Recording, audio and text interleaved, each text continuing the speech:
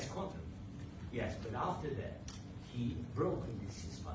He killed our people, and he didn't exchange prisoners. We signed the exchange of prisoners, but he didn't do it.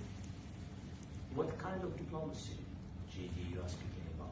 What do you mean? I'm talking about the kind of diplomacy that's going to end the destruction of your country. Yes, but if you Mr. President, with respect, I think it's disrespectful for you to come into the Oval Office and try to litigate this in front of the American media. Right now, you guys are going around and forcing conscripts to the front lines because you have manpower problems. You should be thanking the President for trying to bring it into this conflict. Have you ever been to Ukraine that you see what problems we have? I have been to.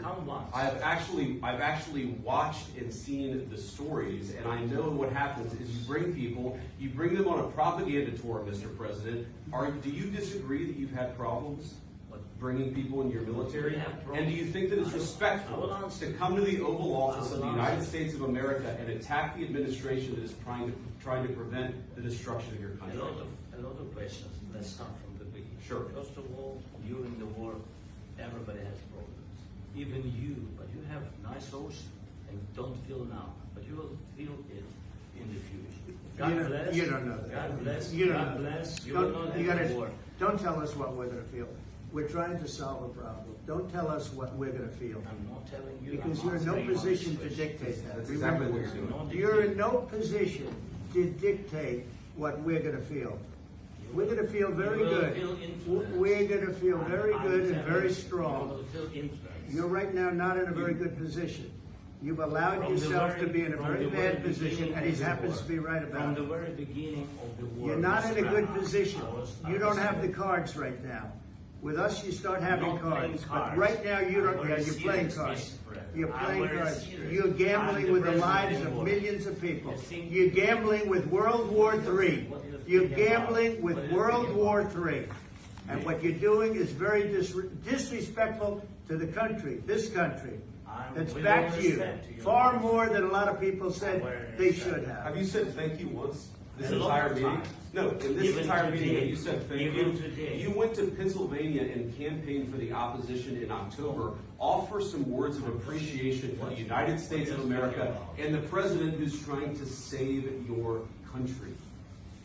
Please, you think that if you will speak very loudly about the war, He's not speaking loudly. He's not speaking loudly. Your country is in big trouble. Wait a minute. No, you've done a lot of talking. Your country is in big trouble. I know. You're not winning. You're not winning this. You have a damn good chance of coming out okay because of us. Mr. President, we are staying in our country, staying strong from the very beginning of the war. We've been alone. And we are thankful. I said thanks. You haven't been alone. You haven't been alone. We gave you, through this stupid president, $350 billion. We gave you military equipment, and your men are brave, but they had to use our military. If you didn't have our military equipment, this war would have been over in 2 weeks. In 3 days, I heard it from Putin. In 3 days. This is something maybe less. In 2 weeks, of course, yes. It's going to be a very hard thing to do business like this. Again, just say thank you. I said a lot of times except that there are disagreements, and let's go litigate those disagreements rather than trying to fight it out in the American media when you're wrong. We know that you're wrong. But you see, I think it's good for the American people to see what's going on. I think it's very important. That's why I kept this going so long. You have to be thankful. You don't have the cards. You're buried there. Your people are dying. You're running low on soldiers. Listen, you're running low on soldiers.